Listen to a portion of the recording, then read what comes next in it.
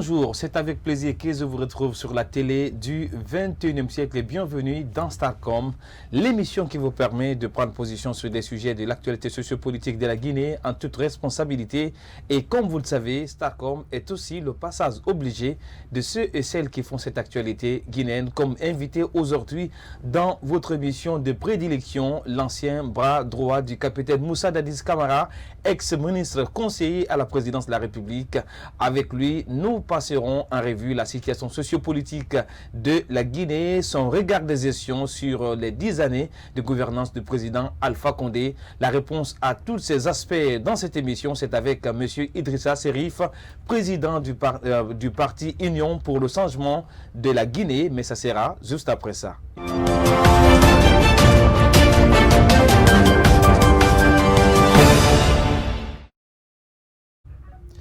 Et comme vous le savez, votre considération et fidélité nous renforce et nous détermine dans tout ce que nous faisons dans cette émission tous les jours pour vous aider à mieux comprendre les dessous de l'actualité guinéenne. Aujourd'hui, comme je le rappelais tout à l'heure, mon invité n'est autre que M. Idrissa Serif. Il est président du parti UCG. M. Serif, tout le plaisir est pour moi de vous recevoir dans cette émission Starcom sur la télé du 21e siècle, Star 21 TV. Merci d'être là avec nous. Merci, M. Barry. Pour moi, je suis très heureux aussi d'avoir ce contact, j'ai dit bien ce contact direct entre vous et moi. Ouais. Et je suis à votre disposition pour toute question de votre convenance. Alors, merci pour cette réponse, parce que c'est tout ce qu'on pouvait s'attendre de vous. Alors, il y a cette première question d'aperçu général. Il faut rappeler que vous avez été l'un des hommes forts de la transition dirigée notamment par la junte militaire. À l'époque, le président guinéen Moussa Dadis Camara, vous étiez son conseiller et vous avez été notamment les acteurs principaux de la transition. Alors, 10 années après, quel est le regard que vous portez sur l'évolution sociopolitique de notre pays ? De toute manière, je tiens à vous remercier. Merci. Mais il y a une chose qui échappe un peu aux Guinéens. Les gens, quand ils entendent Idriss Serif, ils pensent directement à la transition militaire en 2008, en 2010. Et surtout pour la première phase de la transition avec Moussa Dadis Camara. Mais avant ça, d'abord, j'étais très proche du président Lansana Conté. De 2000 à 2008. Ce n'est pas connu de tout le monde, ça. Ouais, ce n'est pas connu de tout le monde, mais tous les acteurs politiques qui étaient proches du président de la République, surtout les membres du gouvernement et les conseillers, savaient que j'étais quelqu'un de très fort auprès du président Conté. Ouais. Voilà. Alors, comment est-ce que vous observez la Guinée 10 années après? Bon, de toute manière, moi, j'ai pu, depuis la deuxième transition, la transition qui a été dirigée par le général Sekouba Konaté, qui a réussi avec brio le passage du pouvoir militaire au passage civil, auquel je lui tire un peu plus ou moins le chapeau. Donc il a résisté à toutes les tempêtes qu'on sait généralement en Guinée, et il a organisé des élections. Au cours de ces élections, il y a un président élu qui est sorti, qui est le professeur Alpha Condé. Donc je pense qu'il a eu les premières 5 ans, il a dirigé le pays, il a été réélu encore pour un second mandat. Il a dit que je n'étais pas à Conakry. Et je pense qu'en 2015, je suis venu pour les élections présidentielles. Oui. Et j'ai battu la campagne avec le président de l'UFR, Sida Touré, un aîné. Et après les élections, après que nous avons perdu les élections, je me suis replié sur Abidjan pour m'occuper des structures que j'ai. Et surtout, je suis président du conseil d'administration de 2 entreprises.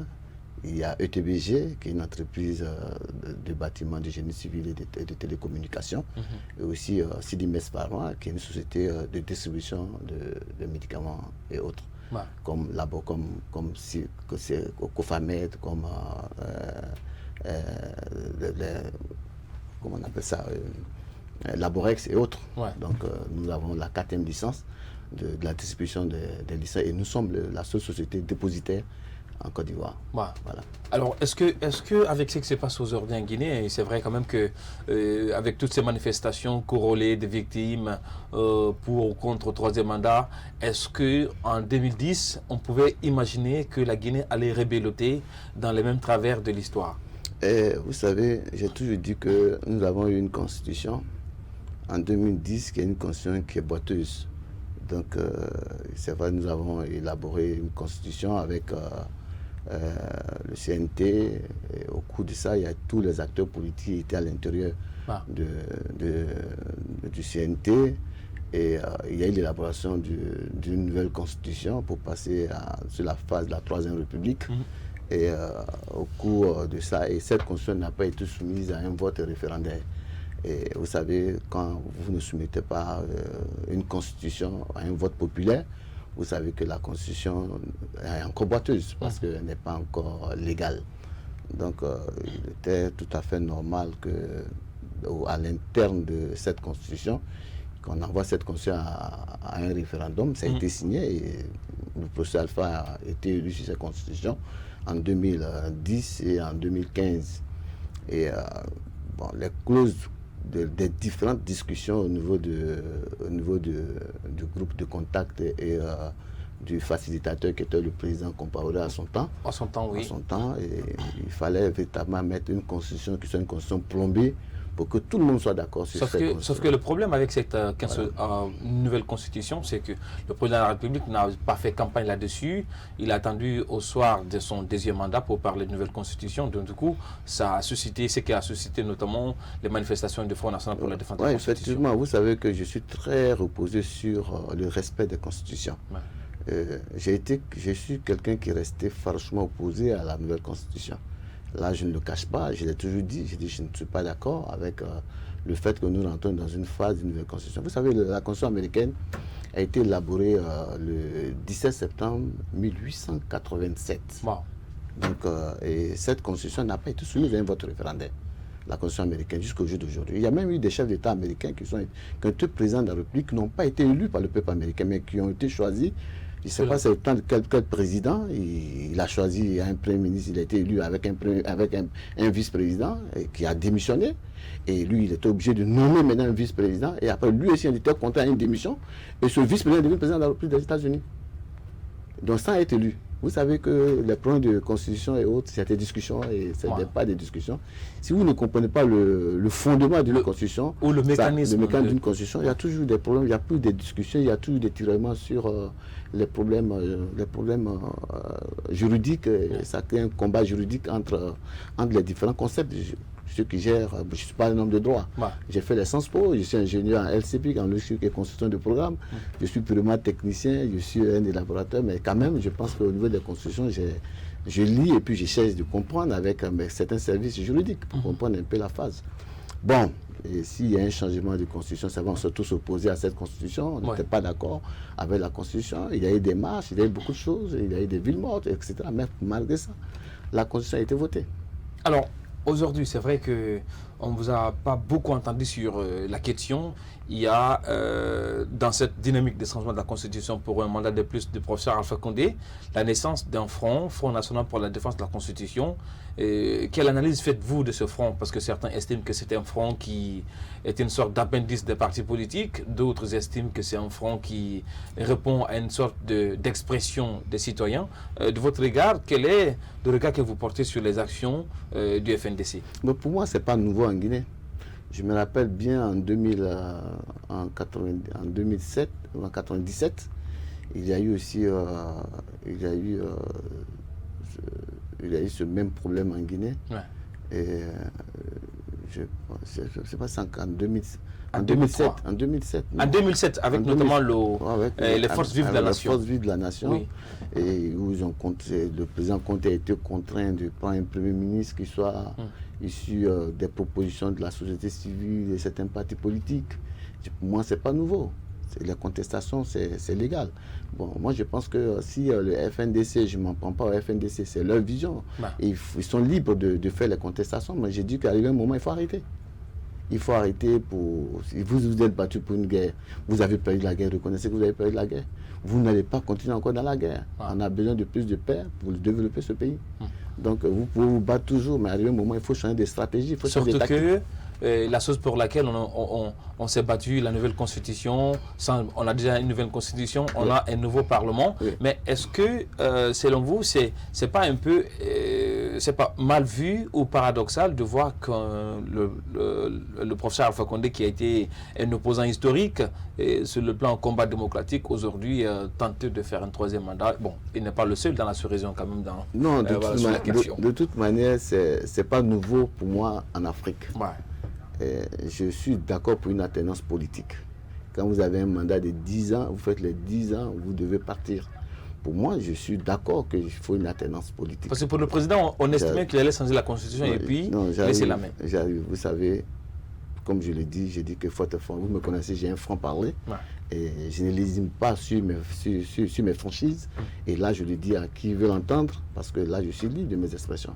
J'ai dit qu'au cours d'une transition, au cours d'une alternance, tout le monde est d'accord pour une transition. Même le professeur Alpha, il est d'accord pour une transition.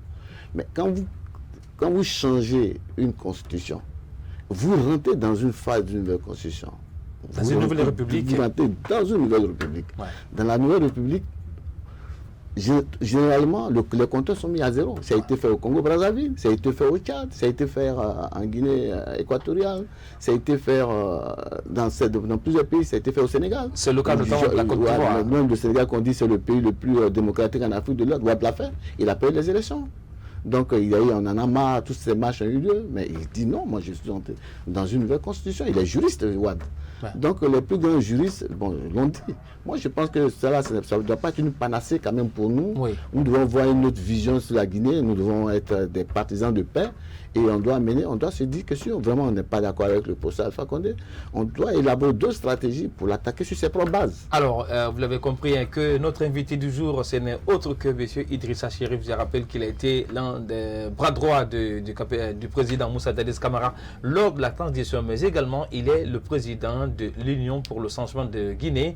Alors, nous, on va partir avec la régie pour notamment suivre cet élément de reportage consacré à cette manifestation du 29 septembre annoncé par le Front National pour la Défense de la Constitution, mais aux dernières nouvelles, la marche n'a pas été autorisée, mais cependant le FNDC appelle à ses militants, notamment à la résistance. On suit cet élément de reportage et on revient après pour le décryptage. Notre mouvement citoyen appelle les populations de Conakry et ses alentours à une série de marches pacifiques qui débutent le mardi 29 septembre 2020 pour exiger le départ de M. Alpha Condé qui a donné ses serments.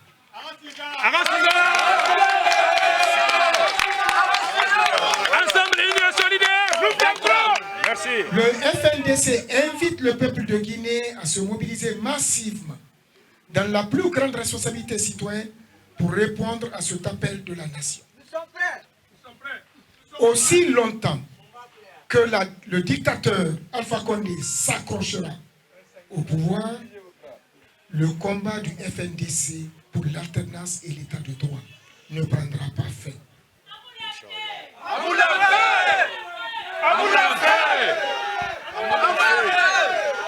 Le FNDC lance un appel aux travailleurs, aux artistes, aux femmes, aux jeunes, aux opérateurs économiques, aux activistes politiques et aux partis politiques, aux acteurs de la société civile et aux syndicats à se mobiliser dans un élan républicain en suivant les mots d'ordre donnés par la coordination du FNDC pour exiger l'arrêt immédiat des kidnappings et la libération de tous les détenus politiques. Camarades, salut! Mais aussi pour protester contre la gabegie, la corruption, l'impunité, la cherté de la vie, le chômage des jeunes, le mépris de nos valeurs morales et surtout les attaques contre nos sages. Pour se battre, pour protester contre le pillage de nos ressources, l'impraticabilité des routes, les tarifs abusifs de transport, les coupures intempestives de courant et l'inexistence d'électricité dans nos villes, de l'eau dans nos pompes pour faire barrage au coup d'État de M. Alpha Condé dont la seule ambition aujourd'hui est de rester au pouvoir à vie. Non au coup d'État civil, non au troisième mandat, oui au départ de monsieur Alpha Condé. Et oui, vous l'avez compris, c'était la déclaration du coordinateur du front dressé contre un mandat de plus du président Alpha Condé, le FNDC, Abdourahmane Sano, qui était notamment à l'appel lancé par le FNDC aux Guinéens afin de répondre à la marche du 29 septembre 2020, une marche pour l'instant qui n'est pas autorisée, même si le FNDC appelle à la résistance.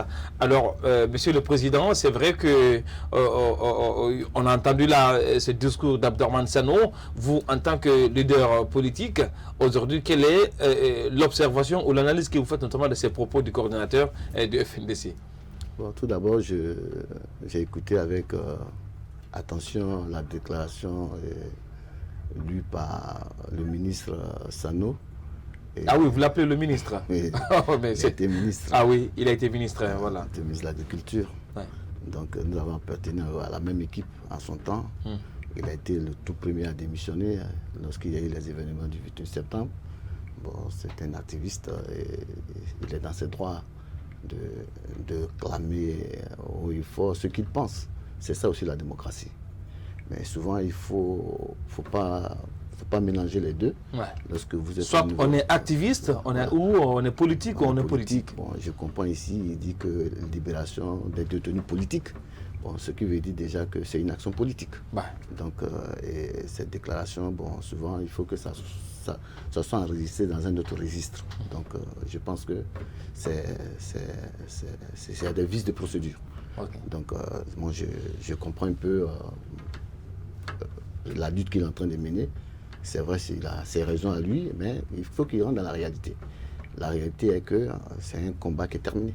Ouais. Donc, alors, c'est un combat qui est terminé. Vous l'avez compris, hein, notamment c'est l'observation que fait mon invité du FNDC. Le FNDC doit notamment rentrer dans la réalité car le combat du FNDC est dépassé. Alors, c'est sur ces mots que nous allons marquer une courte pause avant de revenir dans cette émission pour parler désormais essentiellement du parti Union pour le changement de Guinée, notamment qui s'annonce dans l'arène politique de Guinée avec notamment à sa tête M.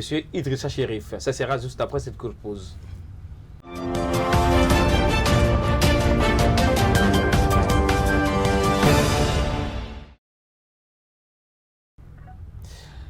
Merci pour votre considération et confiance renouvelée sans cesse à cette télé et plus particulièrement cette émission Starcom. Il faut dire qu'après 5 ans d'absence du pays, l'ancien ministre conseiller à la présidence chargé de la communication, le capitaine Moussa Dadis Camara, a signé son retour à Conakry pour prendre part notamment aux activités politiques de la Guinée, notamment l'élection présidentielle.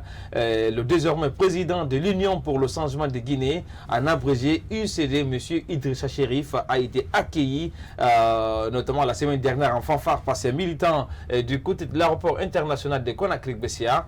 Alors, Monsieur le Président, c'est vrai quand même que votre accueil a suscité un peu de jaloux. Dites-nous, qu'est-ce qui était derrière cet accueil? Bon, de toute manière, quand j'ai annoncé mon arrivée une semaine avant que je ne sois là, et surtout mes sympathisants et les membres du bureau politique, du comité central, les femmes, les jeunes se sont mobilisés nombreux pour m'accueillir à l'aéroport de Conakry jusqu'à mon siège. Ouais.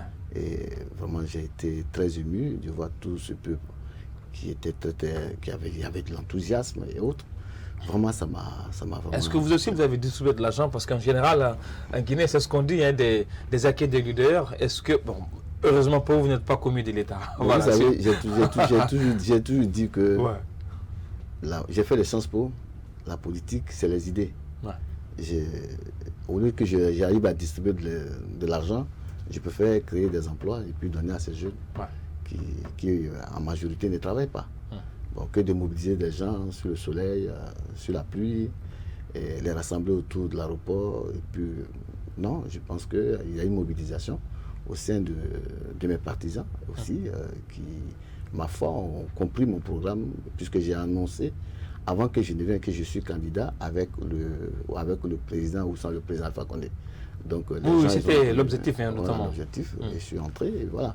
Alors, il y a cette mobilisation. Parlant de votre parti, notamment UCG, la grosse surprise, c'est que vous venez à l'orée d'une élection présidentielle où des hommes comme vous, qui, comme vous l'avez rappelé, n'est pas une personnalité anodine dans le système politique de Guinée. Vous avez été conseiller de Lansana Conté, très introduit notamment lors de la transition, parce que vous étiez l'un des hommes forts de la transition sous Dadis Camara. Pourquoi le retrait de votre parti, notamment dans la course pour la présidence? Qu'est-ce qui justifie la démarche? Bon, moi, je te dis que, tu sais, quand vous restez loin du pays, vous êtes hors de certaines réalités. Ouais.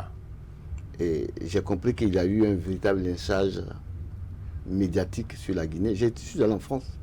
J'ai écouté, j'ai été reçu à de hauts niveaux en France. Au Sénat, à Matignon, à l'Assemblée nationale, au Quai d'Orsay, à l'Union européenne, en Allemagne. Vous savez, j'ai un agenda relationnel vraiment très fourni. Ouais. Et j'ai été reçu à des hauts niveaux. J'ai écouté des pour et des contre. Et quand je suis arrivé à Conakry, c'était différent de la réalité de ce que j'avais. Donc j'ai compris que la Guinée a toujours vécu cette situation-là. C'est-à-dire que de l'ancien régime de Sékou jusqu'au jour d'aujourd'hui, j'ai compris que j'avais un véritable lynchage médiatique sur la Guinée. Wow. Et quand je suis arrivé, on m'a dit qu'il n'y a pas de route, il n'y a pas de maison, il n'y a absolument rien. Les Guinéens, on peut même dire qu'il n'y a même pas d'oxygène. Ouais. Bon, quand je suis arrivé, j'ai vu que véritablement, c'était contraire à certaines réalités. Et je me suis informé sur certains financements de la voirie. J'ai vu que la Guinée a obtenu quand même beaucoup de financements sur des voies, et que les voies dont on dit qu'il n'y a pas de route, mais ils sont en train de faire les routes. Ouais. C'est parce que, bon, on ne peut pas faire les routes sans que les gens ne nous souffrent. Évidemment. Donc, il faut faire ce sacrifice. Donc, j'ai vu que les travaux sont en cours, et voilà. Et quand j'ai quitté Conakry, j'ai vu que le courant était distribué par commune. Et je suis arrivé, depuis que je suis là, j'ai l'électricité à la maison, et quand j'ouvre les pompes, il y a de l'eau. Ouais. Donc j'étais en face de certaines réalités que j'avais. Ce qui veut dire qu'il y avait une sorte d'étiquette négative de la Guinée. Je vois qu'il y a quelques avancées quand même qui sont enregistrées. En me disant qu'ils n'ont rien fait, il n'y a absolument rien. J'ai dit non, non pas parce qu'ils n'ont rien fait. Pourquoi vous avez désisté de participer à ces élections présidentielles? Non, nous sommes allés à une convention. Au cours de la convention, et le parti a décidé qu'il ne faudrait pas qu'on participe aux élections présidentielles. Vous n'êtes pas prêt? Non, pas qu'on n'était pas financièrement. On n'était pas prêt. Financièrement, on est venu prêt. Non, mais pas quand même un parti politique dirigé par Idrissa Chérif ne pas parler de finances, quand même. Mais pourquoi? Voilà, pourquoi? On ne peut pas penser que vous n'êtes pas prêt financièrement. Vous pensez que j'ai pris de l'argent ici avant de mais c'est ce qu'on estime, que tout ce qui est conseil des présidents. Non, j'ai toujours dit que allez-y fouiller dans les finances. Allez-y fouiller dans les finances.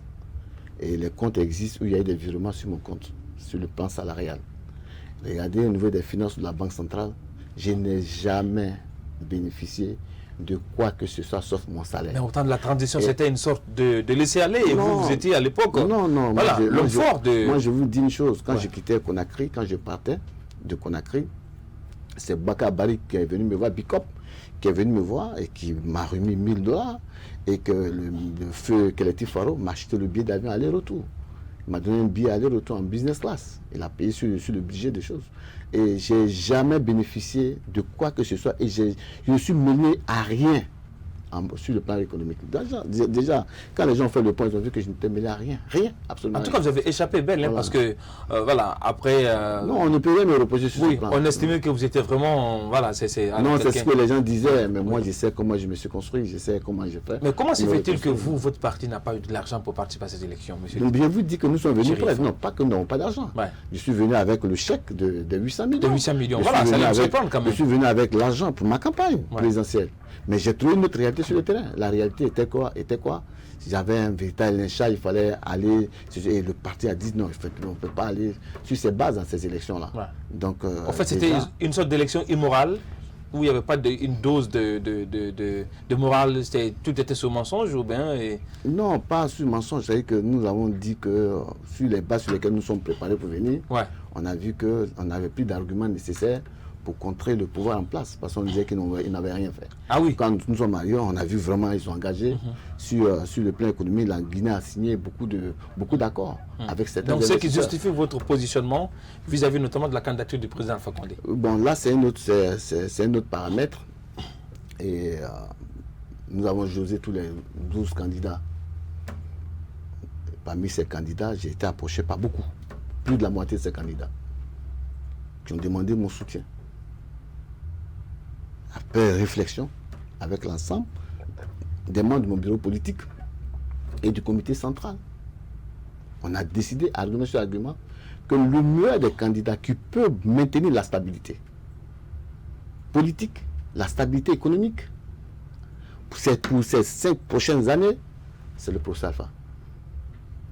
Et nous avons les faits. Nous nous sommes dit, sur le plan où nous sommes engagés, qu'il a engagé le pays. Et le fait 1, le fait 2, il y a eu déjà des accords signés.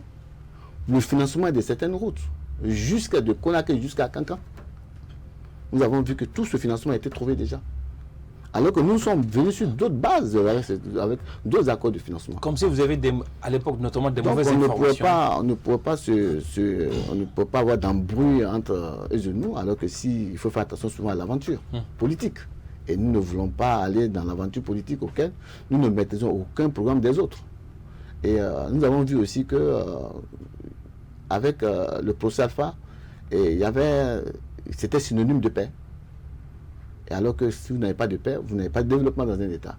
C'est le soubassement du développement d'un État, d'abord, il faut qu'il y ait la paix. Mais si vous prenez plusieurs mois, plusieurs années en train de marcher, plusieurs années en train de faire des villes mortes, mais le bailleur qui vient, qui veut financer votre pays, qui veut faire des financements, ils ne viennent plus, puisqu'ils se disent que chez vous, il y a des bruits. Et il y a 2 choses que vous devez avoir si vous voulez avoir des financements dans un pays. C'est 2 choses.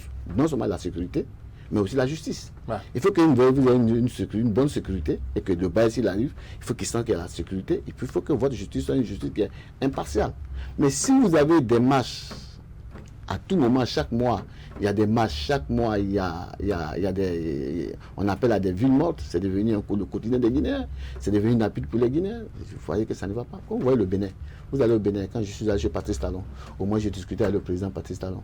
Mais nous avons regardé ce qu'il fallait. On a regardé. J'ai vu qu'il est en train de faire, il est en train de travailler.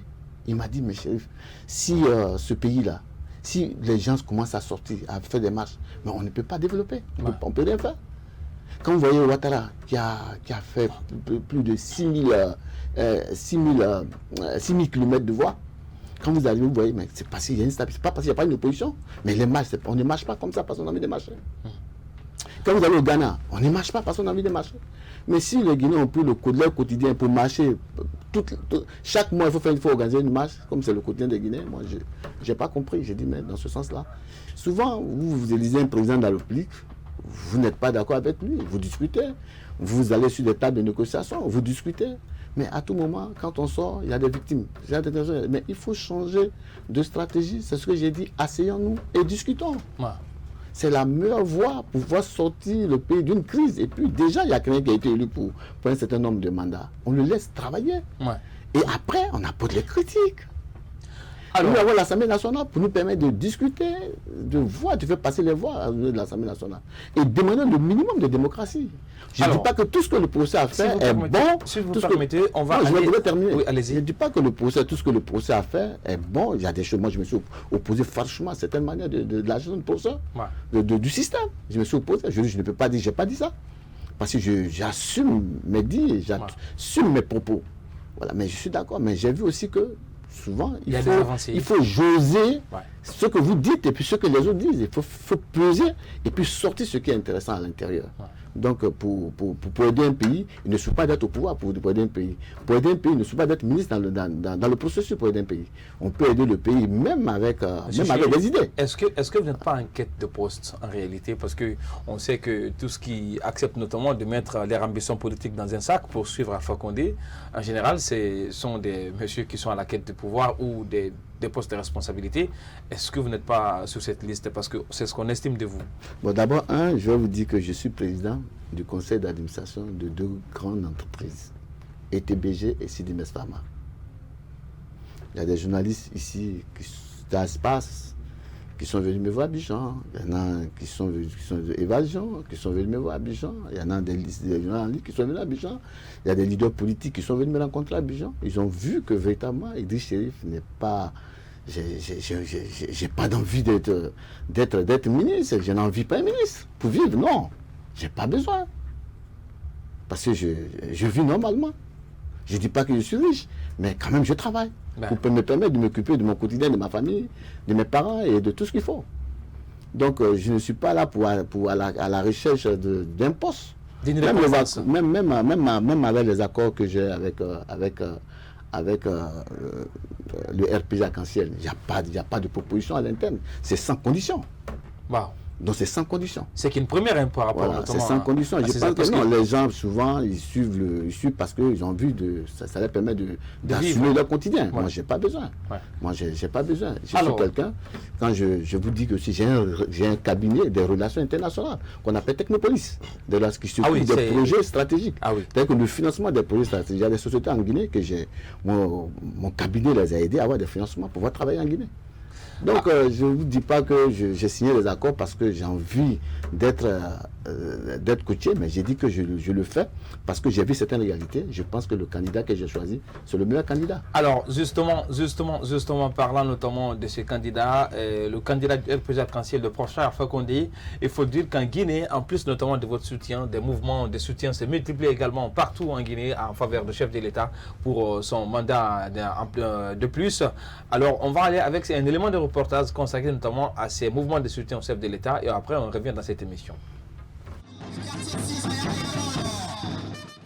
À peine arrivé à Conakry, le président de la nouvelle alliance des partis politiques pour le développement active sa machine électorale. Avec une alliance de 7 formations politiques, ses membres misent sur une campagne de proximité dans l'intérêt général de la nation. Notre pays se trouve en ébullition. Les parents à la base, il faut expliquer pour qu'ils comprennent pourquoi il faut qu'ils votent. S'ils ne comprennent pas pourquoi ils votent, ils vont comprendre que c'est la personne qui veut continuer lui-même. Je vous dirais que c'est la politique seulement on parle et nous voulons du développement. Parlons de ce développement que de cette politique. Ils n'ont qu'à prendre la carte, ils n'ont qu'à voter pour qui ils veulent. Nous on le dit. Si toutefois la Guinée veut une autre personne, ils n'ont qu'à le faire. Mais c'est la meilleure personne qu'on a indiquée. Et s'il ne fait pas, l'histoire démontrera que nous avons raison.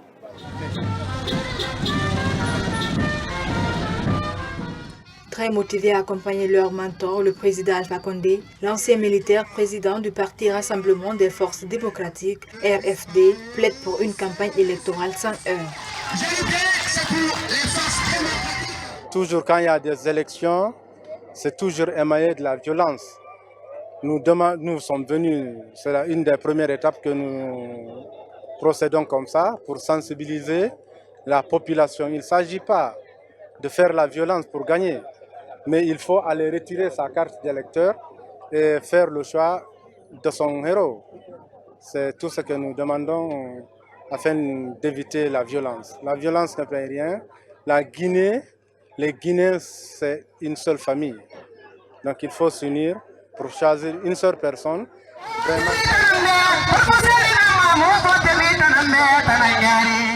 Ces membres de la nouvelle alliance des partis politiques pour le développement comptent sensibiliser également les électeurs sur la nécessité de retrait des cartes d'électeurs. La CENI a entamé l'opération de distribution de ces cartes d'électeurs le vendredi 18 septembre 2020.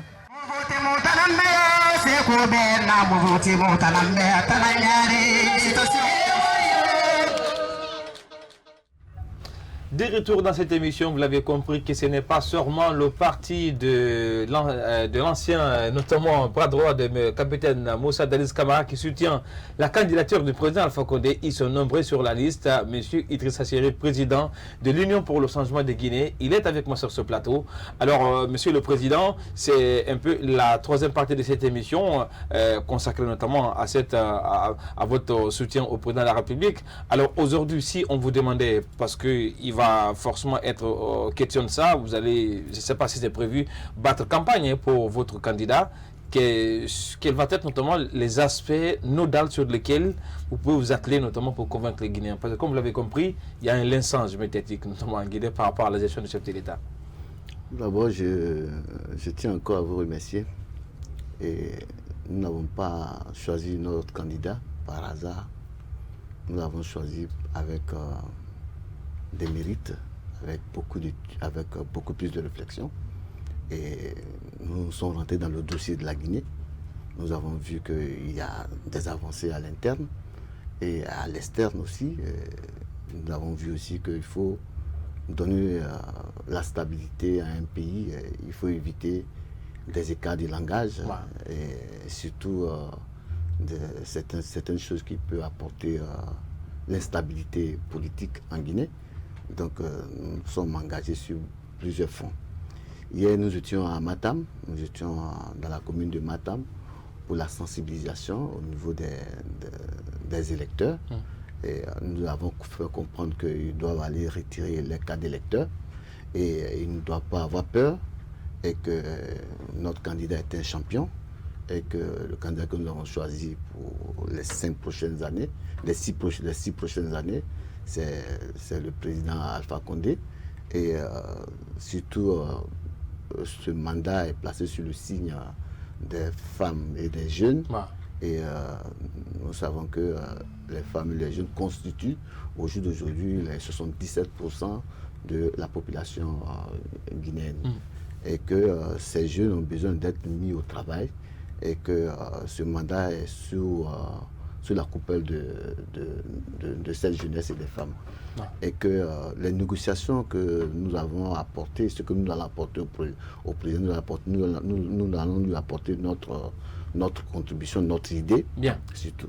On me fait signe que nous allons marquer la deuxième pause dans cette émission avant de revenir notamment pour la troisième partie de l'émission Starcom qui reçoit pour vous aujourd'hui M. Idrissa Chérif, président du parti Union pour le changement de Guinée qui soutient la candidature du président Alpha Condé pour l'élection présidentielle du 2 octobre. On revient juste après ça.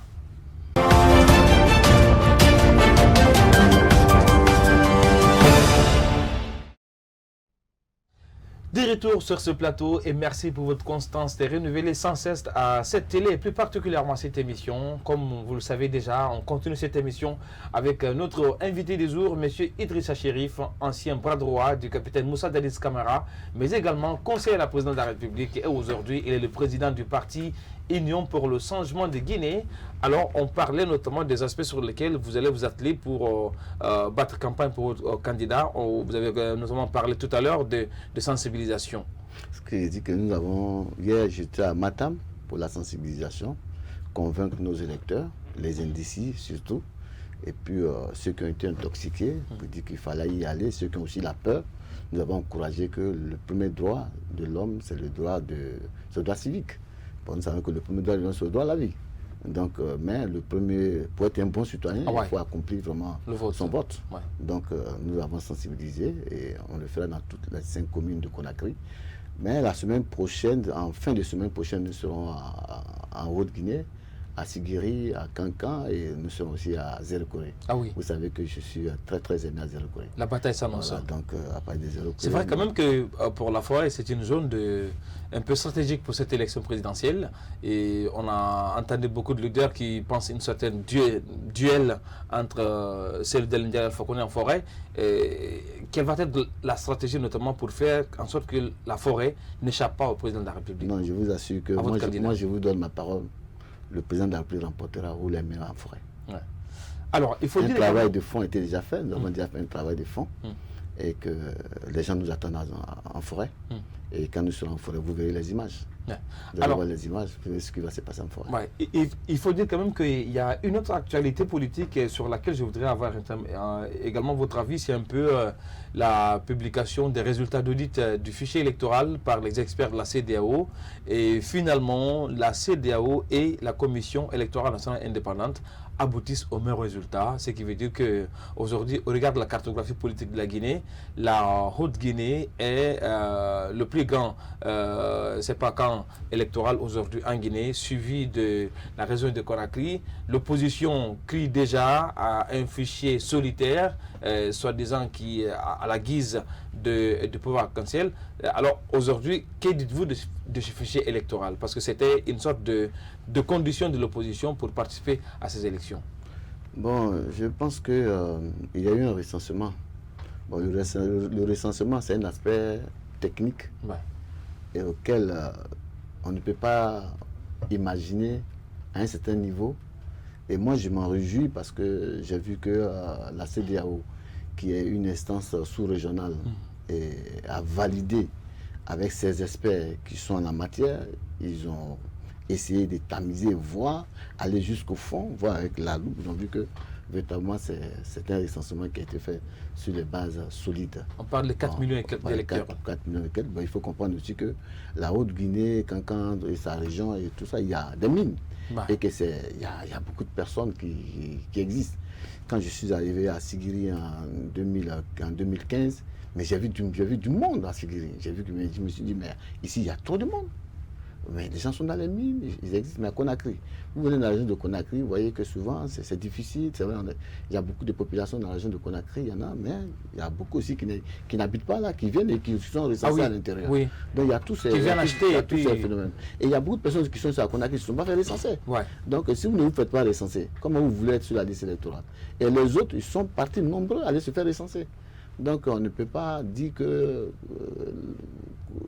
il y a un problème. Mais au jour d'aujourd'hui, je pense que ça a été tranché par la CEDEAO. Et si l'opposition n'est pas d'accord sur le fichier, bon, je pense qu'il y a encore d'autres voies de recours.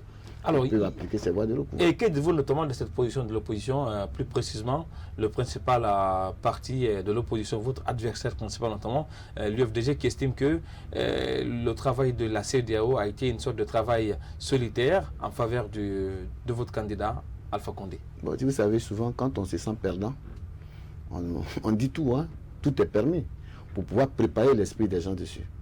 Alors que quand il y a des problèmes, souvent, c'est nous-mêmes qui allons voir la CEDEAO pour dire voilà ce qu'il fallait. Quand la CEDEAO s'est retirée au niveau des législatives, ils sont partis, ils n'étaient pas d'accord avec le fichier.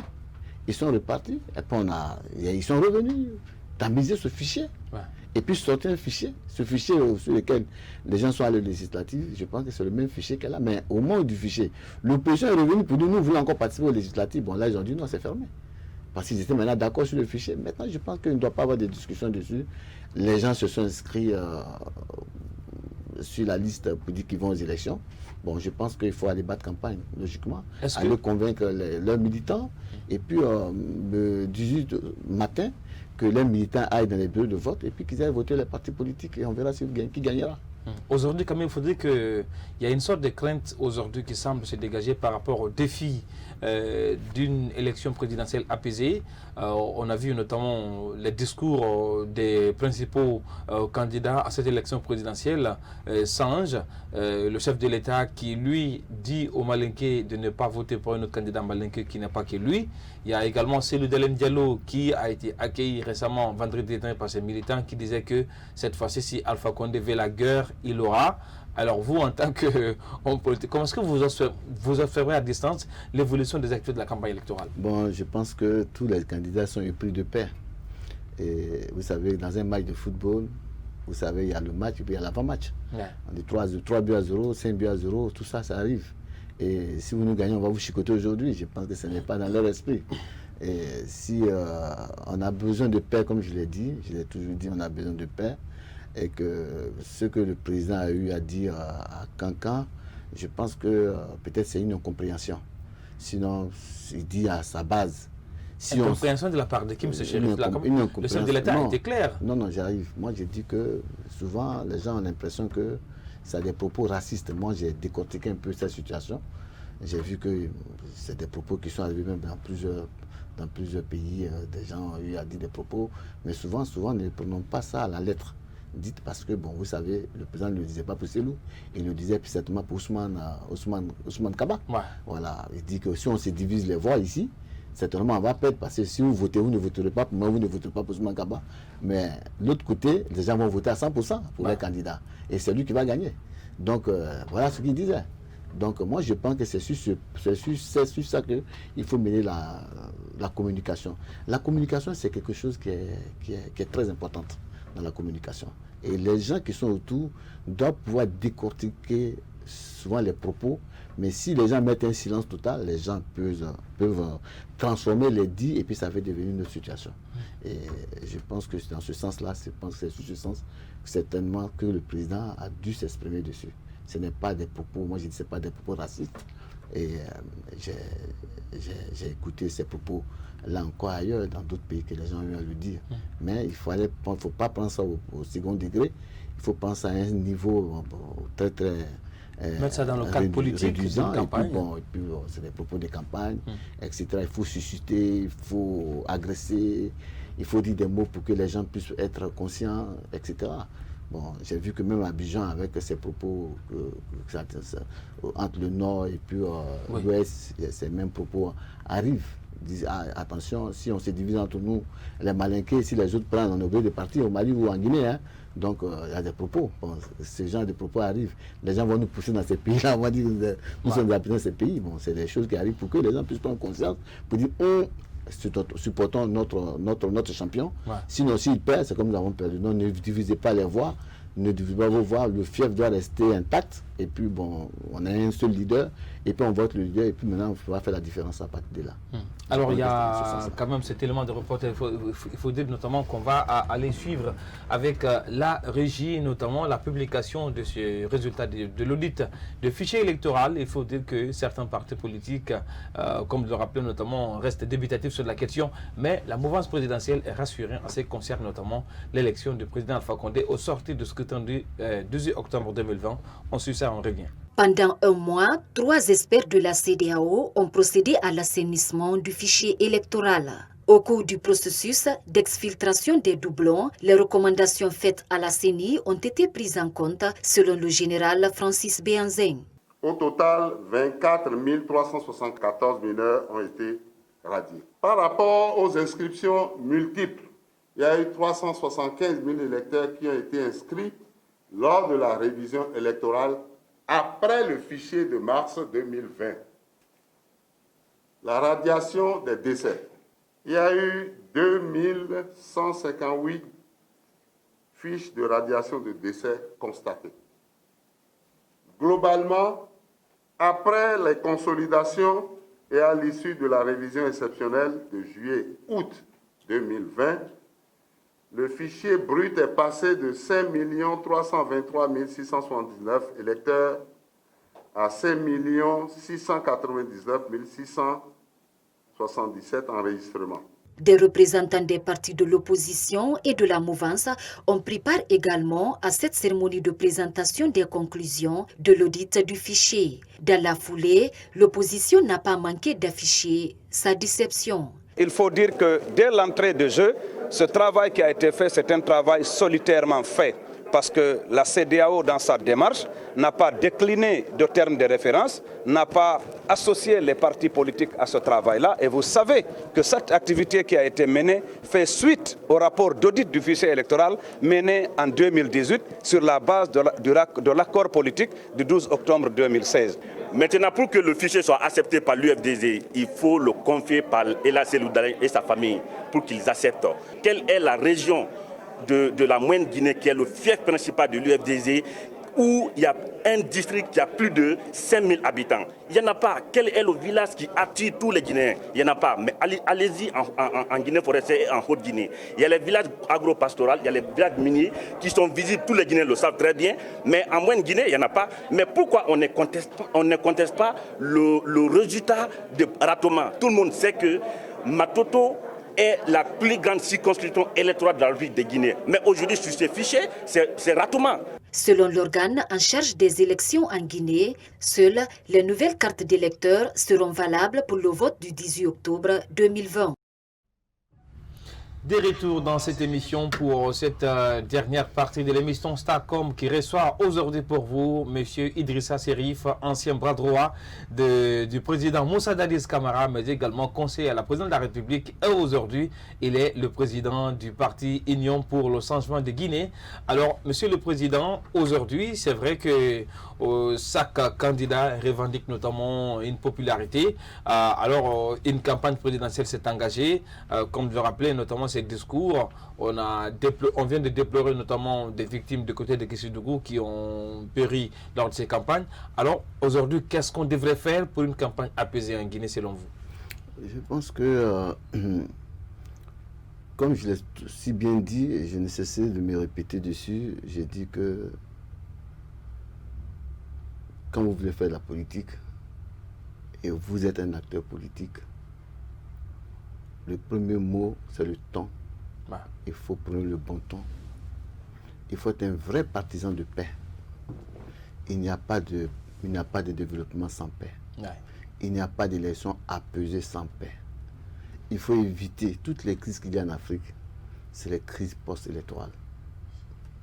Et souvent, j'ai vu ce qui s'est passé au Congo-Brazzaville, où le général Mokoko, après les élections, se retrouve en prison.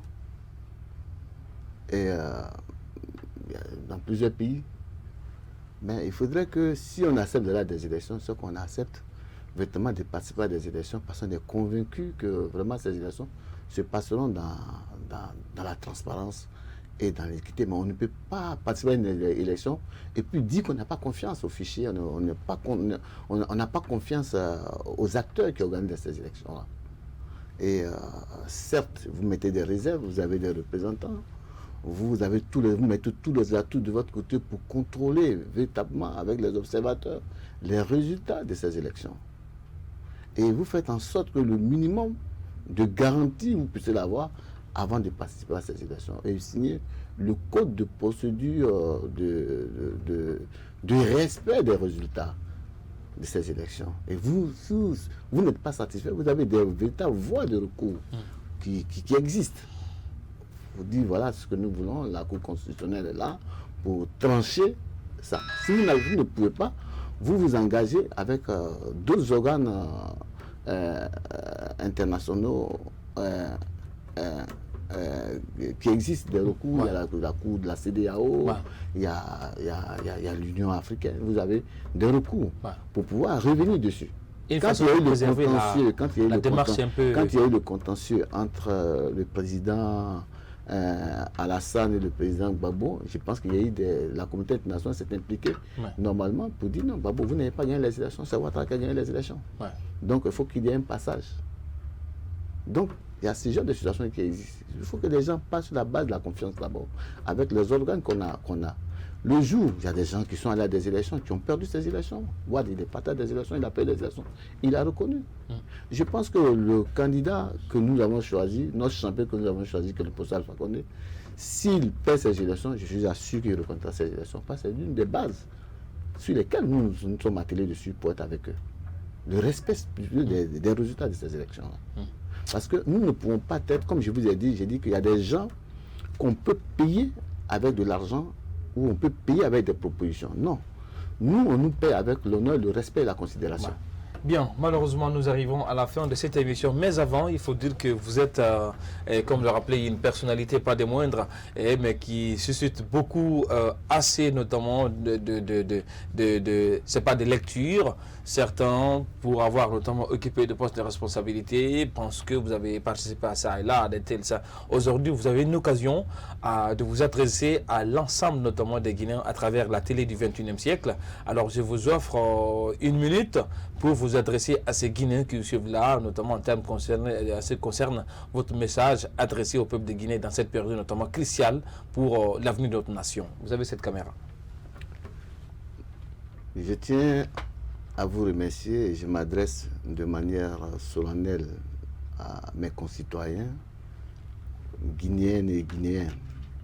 Le 18 octobre, la Guinée doit encore écrire son histoire. Son histoire face à votre décision de choisir un nouveau dirigeant ou reconduire le président sortant qui est, nous, notre candidat, le candidat de l'UCG, qui est notre partenaire. Et nous demandons à ce que ces élections se fassent dans la paix, dans l'amour des uns et des autres. Et comme je l'ai si bien dit, le président de l'UFDG est un frère, est un ami à moi, le président dans le dialogue. Donc en 2015, j'ai accompagné le président Sidia. En 2010, j'ai soutenu le président Selou. Et en 2015, j'ai soutenu le président Alpha Condé. Donc vous allez voir cette variante. Aujourd'hui ici, demain là. Je suis constant parce que je me bats pour ma constance réelle. Mais je demanderai à mes concitoyens guinéens que vous devez aller cherchez vos cartes d'électeurs. Allez-y, faites vos cartes nationales d'identité, ceux qui n'en ont pas. Pour ceux qui en ont, qui s'est périmé, allez-y rétablir les cartes vos cartes nationales d'identité. Et le dimanche matin, n'ayez pas peur, ne vous laissez pas effrayer. On est tous des Guinéens. Allez-y voter tranquillement et rentrez chez vous. Et j'ai demandé aussi à mes frères de l'opposition que véritablement que la paix est le synonyme de cette bataille électorale et que nous allons à des élections et que ces élections, c'est des élections qui appartiennent au peuple guinéen et que vous avez toutes les voies de recours. Si vous gagnez, je suis sûr et certain que le procès, la CENI dira le droit et que si le procès est perdant, je pense qu'il reconnaîtra sa défaite, comme l'a fait Ablaye Wade. Et si l'opposition aussi perd ces élections, je pense qu'ils comprendront qu'ils ont payé les élections comme ça a été fait au Nigeria par Goodluck Jonathan et celui du Ghana, Abdraman. Donc je suis sûr que l'histoire en Guinée va se répéter, que nous allons préserver la paix. Et je pense que c'est sur cette paix que nous allons nous atteler et que je souhaiterais que vraiment au soir du 10 octobre, que ce soit mon candidat choisi, le candidat que mon parti a choisi, le professeur Alpha Condé soit élu au premier tour. C'est notre souhait. Bien, vous l'avez compris que c'est sur ce message que nous fermons porte-fenêtre de ce numéro de l'émission Starcom sur la télé du 21e siècle. Il ne me reste qu'à vous dire merci pour votre aimable attention. J'espère tout simplement que cette émission vous a permis de mieux comprendre les dessous de ces sujets qu'on a abordés dans cette émission. Surtout, ne quittez pas sur cette télé car le meilleur reste à venir. Au revoir.